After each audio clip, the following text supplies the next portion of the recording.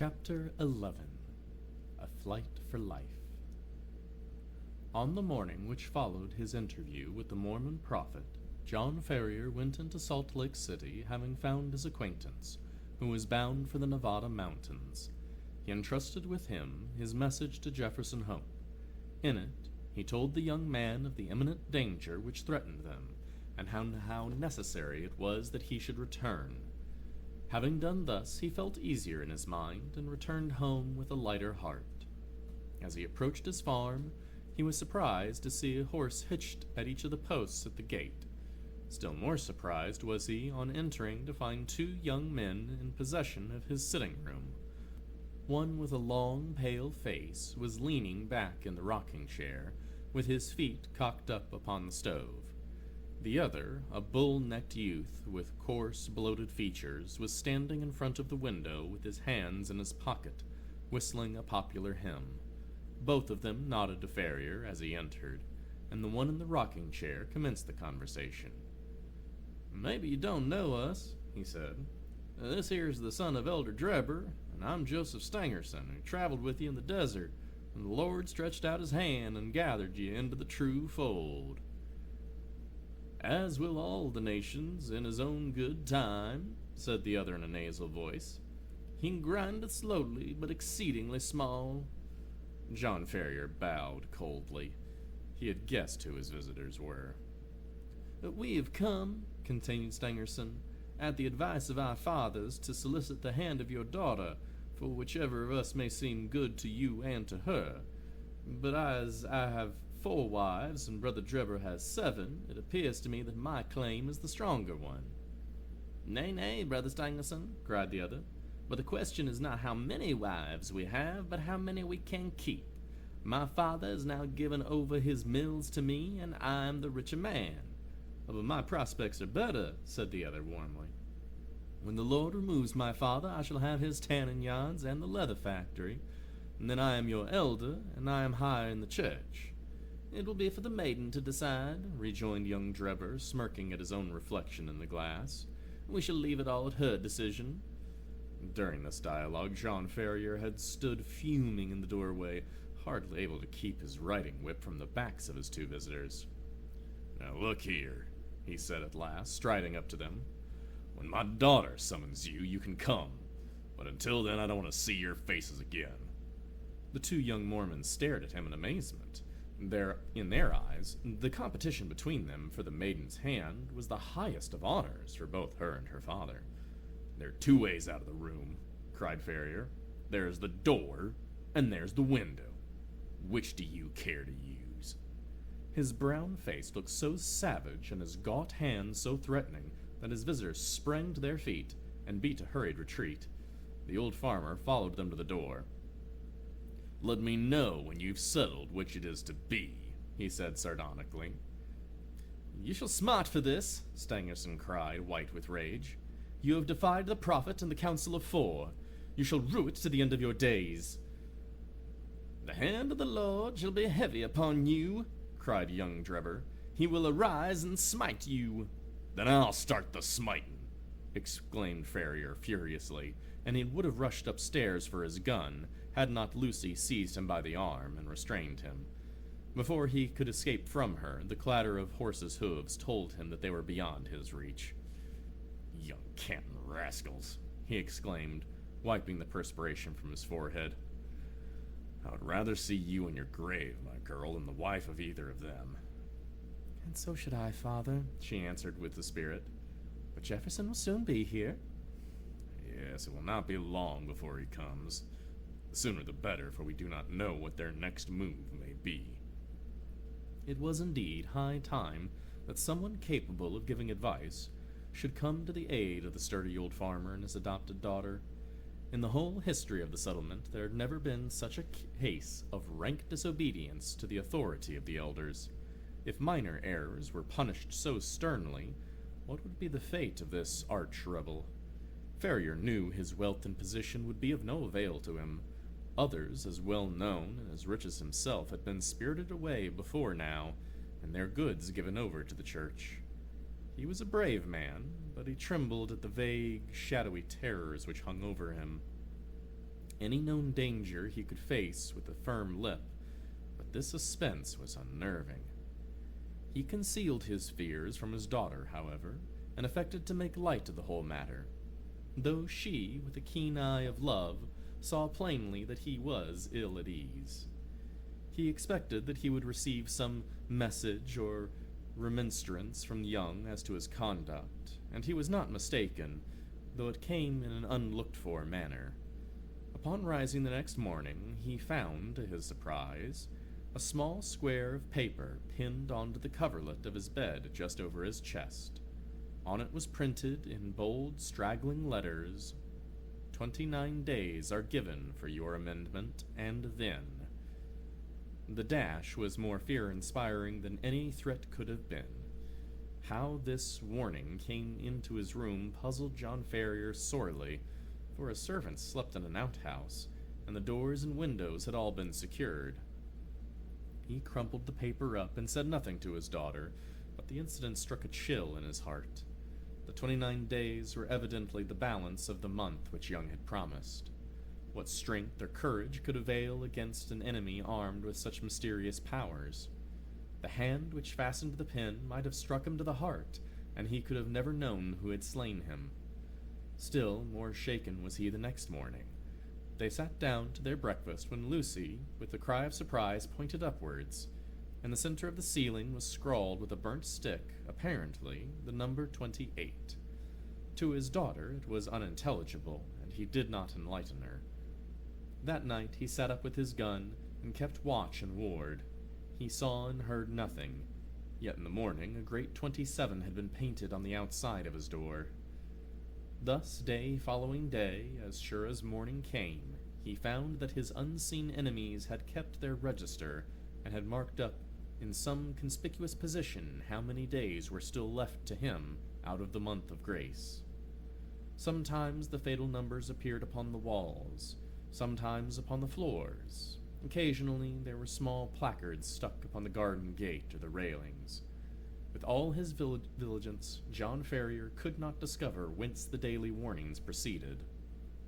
A horror, which was almost superstitious, came upon him at the sight of them. He became haggard and restless. His eyes had the troubled look of some hunted creature. He had but one hope now, and that was for the arrival of the young hunter from Nevada. 20 had changed to 15, and 15 to 10, but there was no news of the absentee. One by one the numbers dwindled down, and still there came no sign of him.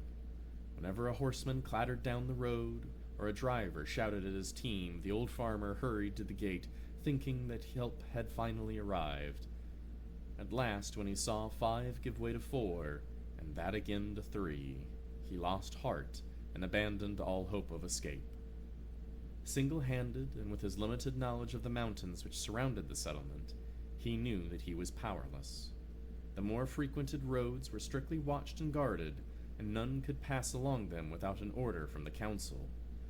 Turn which way he would, there appeared to be no avoiding the blow which hung over him.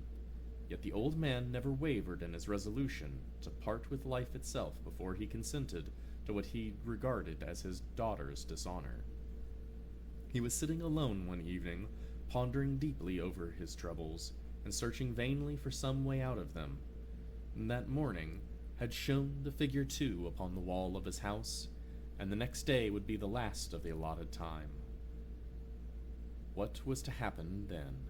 All manner of vague and terrible fancies filled his imagination, and his daughter. What was to become of her after he was gone? Was there no escape from the invisible network which was drawn all around them? He sank his head upon the table and sobbed at the thought of his own impotence. What was that? In the silence he heard the gentle scratching sound, low, but very distinct in the quiet of night.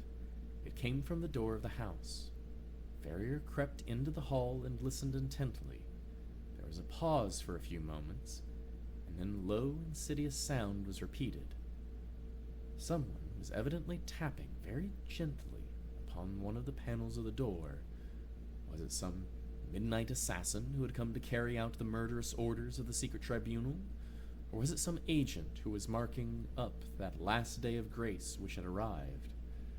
John Ferrier felt that instant death would be better than the suspense which shook his nerves and chilled his heart. Springing forward, he drew the bolt and threw the door open. Outside, all was calm and quiet. The night was fine, and the stars were twinkling brightly overhead. The little front garden lay before the farmer's eyes, bounded by the fence and gate. Neither there nor on the road was any human being to be seen. With a sigh of relief, Ferrier looked to the right and left, until happening to glance straight down at his own feet, he saw to his astonishment a man laying flat upon his face on the ground, with arms and legs all asprawl. So unnerved was he at the sight that he leaned up against the wall with his hand to his throat to stifle an inclination to call out. His first thought was that the prostrate figure was that of some wounded or dying man, but as he watched it, he saw it writhe along the ground and into the hall with the rapidity and noiselessness of a serpent. Once within the house, the man sprang to his feet and closed the door, and revealed to the astonished farmer the fierce face and resolute expression of Jefferson Hope. "Oh, good God," gasped Ferrier. "How you scared me. Whatever made you come in like that?" "Give me food," said the other hoarsely. "I've had no time for a bite or sup for 48 hours. He flung himself upon the cold meat and bread, which were still lying upon the table from the host's supper, and devoured it voraciously. "Does Lucy bear well?" he asked when he satisfied his hunger. "Yes, she does not know the danger," her father answered. That's well. The house is watched upon every side. That's why I crawled my way up to it. They may be darn sharp. They're not quite sharp enough to catch a Washoe hunter." John Ferrier felt a different man that now realized he had a devoted ally. He seized the young man's leathery hand and wrung it cordially. "You're a man to be proud of," he said. "There are not many who would come to share our danger and our troubles." You've hit it there, pard," the young hunter answered. "I've respect for you, but if you were alone in this business, I'd think twice before putting my head into such a hornet's nest. It's Lucy that brings me here, and before harm comes to her, I guess there'll be one less Hope family in Utah." "What are we to do?" "Tomorrow's your last day. Unless you act tonight, you're lost. I have a mule and 2 horses waiting at Eagle Ravine. How much money do you have?" $2,000 in gold and 5 in notes." "Well, that'll do. I have much more to add to it. We must first push for Carson City through the mountains. You'd best wake Lucy. It's as well as servants do not sleep in the house." While Ferrier was absent, preparing his daughter for the approaching journey, Jefferson Hope packed all the eatables that he could find into a small parcel and filled a stoneware jar with water, for he knew by experience that the mountain wells were few and far between. He had hardly completed his arrangements before the farmer returned with his daughter, all dressed and ready for a start. The greeting between the lovers was warm, but brief, for minutes were precious, and there was much to be done. "We'll make our start at once," said Jefferson Hope, speaking in a low but resolute voice, like one who realized the greatness of the peril, but had steel at his heart to meet it. "The front and back entrances are watched, but with caution we may get away through the side window across the fields. Once on the road, we're only 2 miles from the ravine where the horses are waiting. By daybreak we should be halfway through the mountains." "Well, what if we're stopped?" asked Ferrier. Hope slapped the revolver butt which protruded from the front of his tunic. "If they are too many for us, we shall take 2 or 3 of them with us," he said with a sinister smile. The lights inside the house had all been extinguished, and from the darkened window Ferrier peered over the fields which had been his own, and which he was now about to abandon forever. He had long nerved himself to the sacrifice, however, and the thought of honor and of happiness of his daughter outweighed any regret at his ruined fortune. All looked so peaceful and happy, the rustling trees and the broad, silent stretch of grainland. It was difficult to realize that the spirit of murder lurked through it all. Yet the white face and set expression of the young hunter showed that in his approach to the house he had seen enough to satisfy him upon that head. Ferrier carried the bag of gold and notes, and Jefferson Hope had the scanty provisions and water, while Lucy had a small bundle containing a few of her more valued possessions. Opening the window very slowly and carefully, they waited until a dark cloud had somewhat obscured the night, and then one by one passed through into the little garden. With bated breath and crouching figures, they stumbled across it, and gained the shelter of the hedge, which they skirted until they came to a gap which opened into the cornfields. They had just reached this point when the young man seized his two companions and dragged them down into the shadow, where they lay silent and trembling. It was well that his prairie training had given Jefferson Hope the ears of a lynx. He and his friends had hardly crouched down before the melancholy hooting of a mountain owl was heard within a few yards of them, which was immediately answered by another hoot at a small distance. At the same moment, a vague, shadowy figure emerged from the gap for which they had been making, and uttered the plaintive signal cry again, on which another man appeared out of the obscurity. "Tomorrow at midnight," said the first who appeared to be an authority, "when the whippoorwill calls 3 times." "It is well," returned the other. "Shall I tell Brother Drebber? Pass it on to him, and from him to others. 9 to 7. 7 to 5, repeated the others, and the two figures flitted away into different directions. Their concluding words had evidently been some form of sign and countersign. The instant that their footsteps had died away in the distance, Jefferson Hope sprang to his feet, and helping his companions through the gap, led the way across the fields at the top of his speed, supporting and half carrying the girl when her strength appeared to fail her. Hurry on, he gasped from time to time. "We are through the line of sentinels. Everything depends on speed. Hurry on." Once on the high road, they made rapid progress. Only once did they meet anyone, and they managed to slip into a field and so avoid recognition. Before reaching the town, the hunter branched away into a rugged and narrow footpath which led to the mountains. 2 dark, jagged peaks loomed above them through the darkness, and the defile which led between them was Eagle Canyon, in which the horses were awaiting them. With unnerving instinct, Jefferson Hope picked his way among the great boulders and along the bed of dried-up watercourse, till he came to the retired corner, screened with rocks, where his faithful animals had been picketed. The girl was placed on the mule, and old Farrier on one of the horses with his money-bag, while Jefferson Hope led the other along the precipitous and dangerous path. It was a bewildering route for anyone who was not accustomed to face nature in her wildest mood. On the one side, a great crag towered up 1,000 feet or more, black, stern, and menacing, with long basaltic columns upon its rugged surface, like the ribs of a petrified monster. On the other hand, a wild chaos of boulders and debris made all advance impossible. Between the two ran an irregular track, so narrow in places that they had to travel in Indian file, so rough that only practiced riders could have traversed it at all.